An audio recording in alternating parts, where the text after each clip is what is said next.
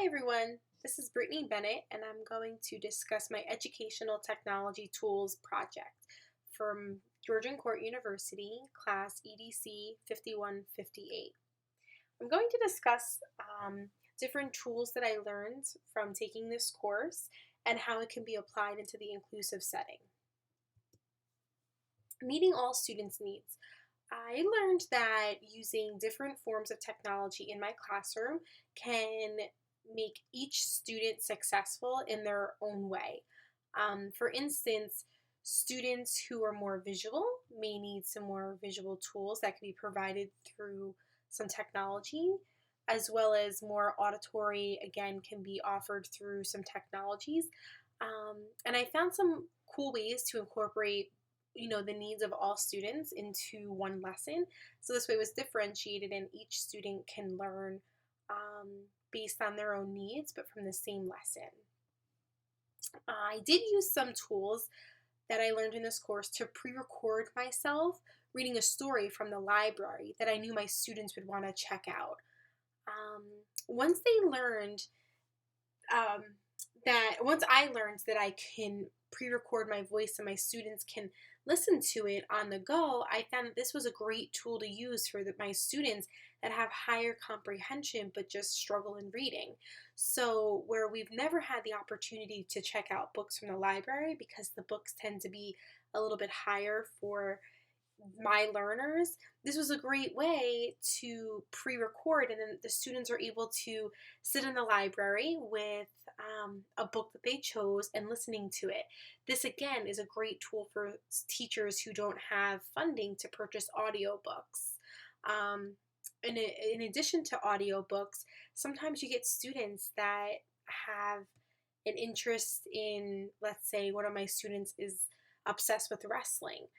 Most of the wrestling books are higher level, but at least I can read some of the material to him, or I can even read some pages and he can look at the pictures and I can kind of briefly summarize what each page states as he's looking at the pictures. Again, this is something that purchasing audiobooks may not be beneficial for your learner, but by just taking a few moments of my own time, I can pre-record the reading, and then my students can be independent and have that same opportunity that other learners have. I found that it was helpful using both visual and audio simultaneously to maximize my students' success in the classroom.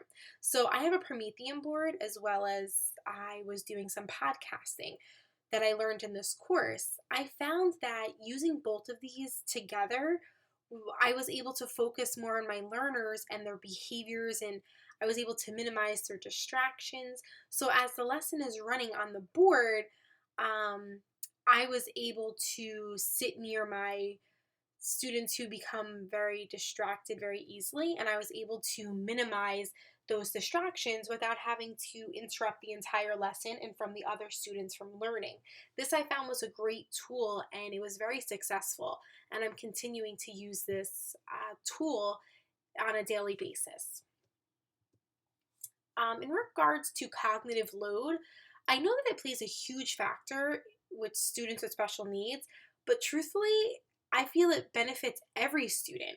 Even for myself, I know that if I have too much material on one page, I just can't seem to stay focused and organized, and I may become frustrated, and ultimately it takes me a lot longer to complete the work that's presented if it's not presented in the right way, meaning that it would be too much on a page to digest at one time, and I would have to mentally break it down and, digest the information little by little.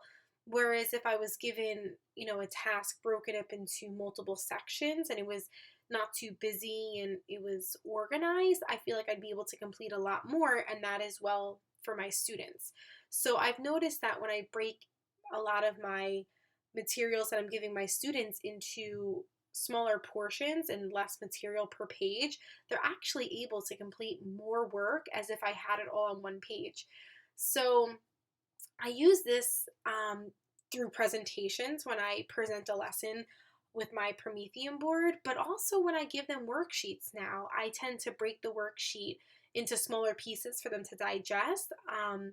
It might not be as, friendly for the trees and the environment, but what I've noticed is that if I use double-sided paper, I'll do, say, one worksheet that would be just one front page, even if I break it up into, half of it's on the front and half of it's on the back, that is breaking up the cognitive load tremendously.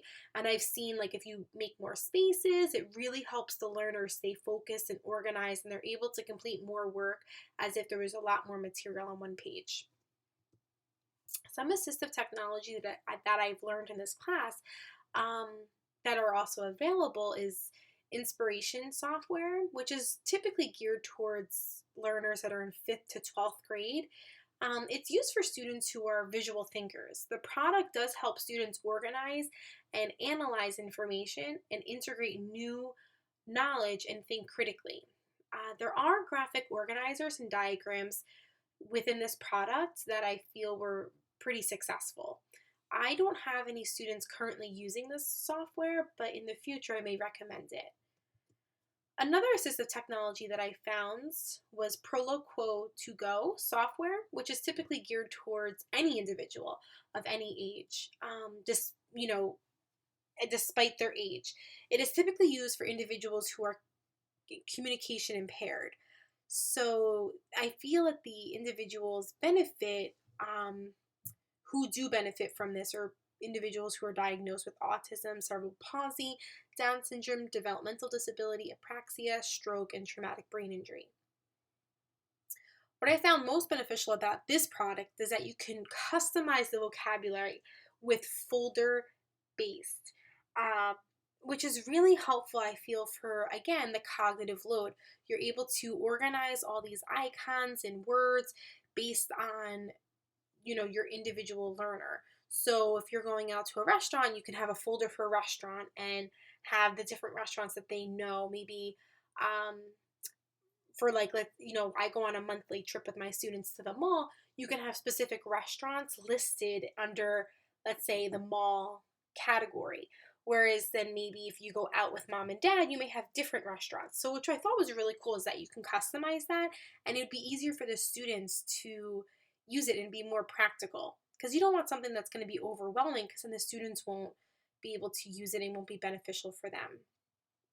What I also liked about this was that Proloquo to Go offers social media sharing capabilities.